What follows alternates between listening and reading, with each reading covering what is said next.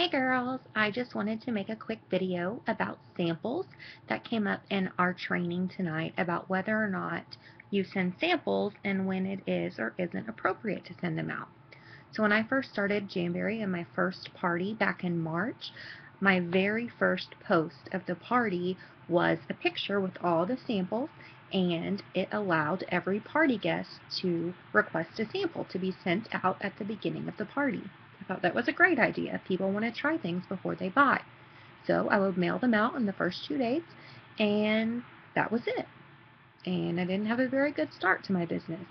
And then I had a conversation with one of my upline team leaders, and she said that I was basically sabotaging my business.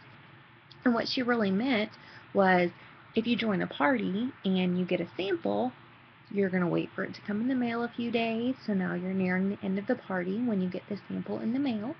And then, believe it or not, most people don't put them on right away. I've had people take up to several months of prodding and they still haven't put it on.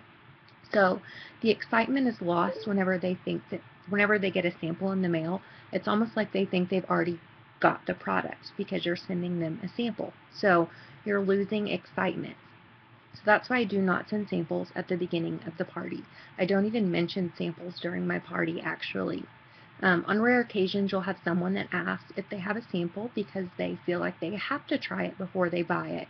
And on those occasions, I'll private message that person and get their information, and I'll send them a sample. But other than that, I don't send them out.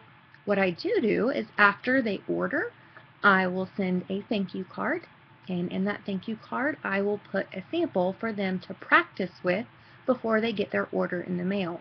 So that way they're not using any of their wraps that they purchase and trying to put them on, because as you guys know, it may take a time or two to get it perfect.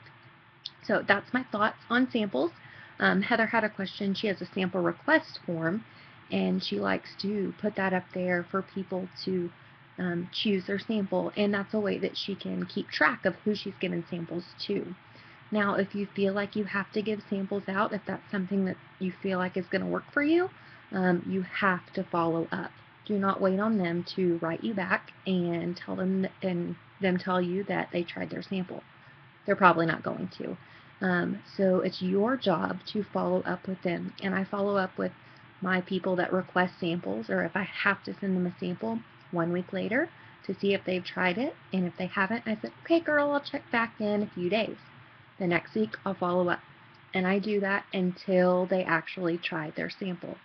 I know that sounds a little pushy, but they wanted the sample in the first place, and chances are they just need to be reminded to try their sample out.